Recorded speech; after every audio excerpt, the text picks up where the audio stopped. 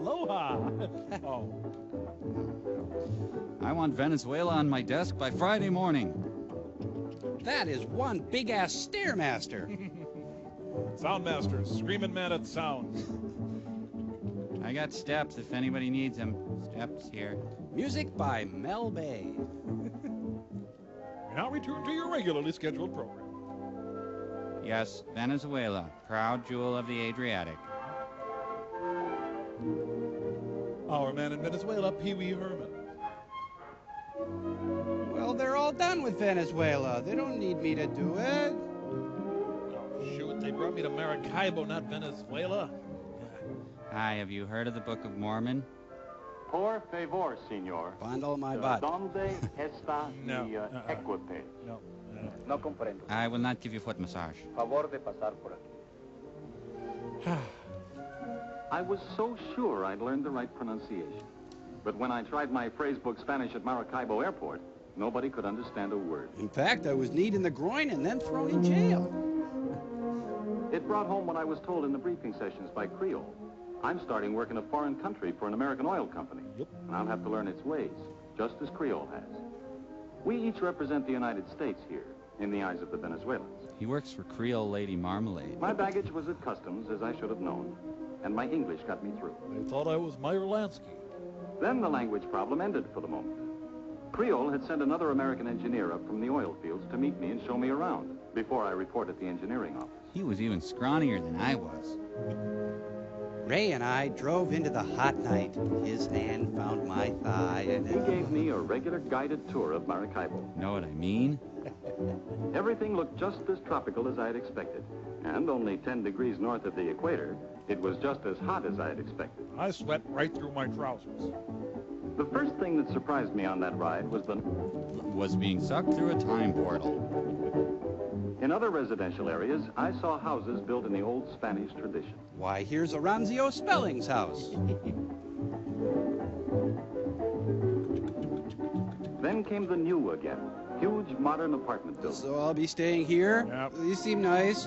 Oh, there's some stores. Wait. This is like a very Brady Venezuela. I almost felt I hadn't left home when we passed a big Sears Roebuck store. Because it's called Cram Venta at home, too. Another familiar sight was a used car lot full of American autos. I dropped my pants and bent over a car just to feel at home. Autos usados. But the center of the city is Spanish. And you begin to realize that Maracaibo is almost 400 years old. When are they going to fix it up? Sir, cars aren't allowed on the bike path. Sir. The narrow downtown streets along which we drove were once invaded by Morgan's pirate raiders. Frankly, we'd wandered into a bad section of town. I begun to wonder where Ray was taking me. The contrast really hit me when we drove up to our hotel. Just about the most modern one I've ever seen. There's a motor lodge outside Beloit that comes close, but... It's a great introduction to a job in Venezuela, but it's only for one night. One lovely night with Ray. Ray. Pardon my luxury, dear. I'm at the pool at the hotel as I write this. And I'm not lusting after the young, tawny Venezuelan. My next letter will be from Lagunitas, because I leave for the oil fields tomorrow. Love to you and the boys, What's their names? Jim. To you and the boys, Jim. Do you know a Jim? Where is Daddy, Mommy? Well, Jeff, I'll just show you. That's okay. You can just tell me. Oh my, this is the Kama Sutra. We're here in the United States, The best country ever. and Daddy is down here in Venezuela. Screwing around. Let's go to illustration B. Ding. He wrote the letter from Maracaibo. Where he cheats on us with the brown-skinned beauties. But by now, he's down here where the Lake Maracaibo oil fields are. Can I go outside? That's where Daddy is working, Jeff. And when he finds a place for us to live, we're going down there, too. So where's Daddy? No! Dear Ann, well, here I am at Lagunitas in the oil fields. Try to find me. My trip from Maracaibo started with a ferry ride across the neck of the lake, near the entrance from the Caribbean. Nice enough fella, drove the boat well, and how they live is none of my business. Let's see. What else can I tell you about myself? Lake Maracaibo seemed narrow here, but it's actually 60 miles wide at one point and about 120 miles long. I felt like a complete ass for mistaking it as narrow. I've taken this opportunity to reassess my views of all inland bodies of water. I wanted nothing more than to throw myself on my hotel bed and cry. After leaving the ferry, the drive to Lagunitas took about an hour. Most of it along a road built by Creole and the other oil companies back in the 30s. Over a wide body of water, and it was a wide road. I made no assumptions about the narrowness or width of the road. The offshore wells run along the edge of Lake Maracaibo for more than 40 miles, sometimes reaching beyond the horizon. It's quite a sight. Made me proud to be an American. But the most thrilling sight to me was my first view of our new home, Lagunitas, right on the lakeshore. It's both a community and an industrial center. Well, it's mostly an industrial center. Boy, you can smell the oil oozing from every pore of the land. Well, that building is really nothing. No. Part of my work will be in the office here, and part out on the lake, helping with supervision and planning for this portion of the oil field. Damn it, why did I have to estimate how wide that river was? I played it over again and again in my mind.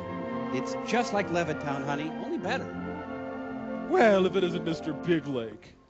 I started meeting people the moment we arrived. People don't take to me very well, honey. It's time you learn that. We can let go now. My first stop was at the administration building where I checked in at my office. It's a narrow building. My Creole office building. My Creole office building. Hey, it's Lake Man, everybody. Sure you can wedge into our narrow office, Mr. Big Lake? My boss, the district petroleum engineer, is a young fellow. They give responsibility early here. Young that he's in his mid-50s. I found that the engineering staff is both Venezuelan and American, or North American, as they say here. Or White Devil, as they say here. Then I spent the evening getting settled in my quarters. A long and lonely evening, dear, without you. I'm lying. I stayed up till 9 and had Cokes. Please forgive me. Please. I'll have another Coke. The next day, I was taken out on the lake to see the field procedures. Then shot in the Before head. that day was over, I felt as though I were back in the Navy. I was dragged behind the boat over beds of coral. I didn't see that ponga knife coming at me. Never get out of the boat. Absolutely goddamn right. I'd been shanghaied by some badass drug cartel. I realized I was sitting on a kilo of coke. They'd asked me to give up the pinky from my left hand. As we headed out into the lake, I saw that there was no open water ahead, just rows of oil wells. And as an engineer, I know that what I saw is just part of it, that under the water there are hundreds of miles of pipeline connecting the wells. You wouldn't know that, honey, because you're not an engineer. The wells form a geometrically exact pattern, carefully spaced, to tap the oil in the most efficient manner. The pattern nicely doubles as a pentacle to Satan. Yep, here's our new house, honey.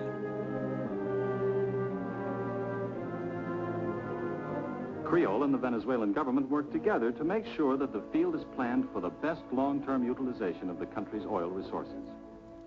For example, a careful check is kept on the pressure of the gas, which forces most of the oil to the surface without pumping. Oh, Christ, what a mess. Well, I'm sure it's fine. We don't even know what it means. Come on, got a crab cage filled with crews down here. My God, go, go, go! This whole thing's gonna blow! We gotta be 200 yards gone in 7 seconds, mister! The gas which comes up with the oil is not wasted or burned off. 7 miles offshore, I saw one of our huge plants which injects the natural gas back into the formation. That maintains the pressure to keep the oil flowing. How thoughtful. Hey, that's a dairy barn. The drilling is done with power and equipment from big barges, tied up to the well platforms. I thought of you, honey, when I saw the big barge. I'll be working on the barges a lot of the time, and I'll have to speak Spanish because 92% of Creole's employees are Venezuelan. Flintstone! Me and Gene Okerlund worked on my site. That includes a large number of the engineers and more than half of the supervisors, like the tool pushers who boss the drilling crews. Another year off my life. Just kidding myself.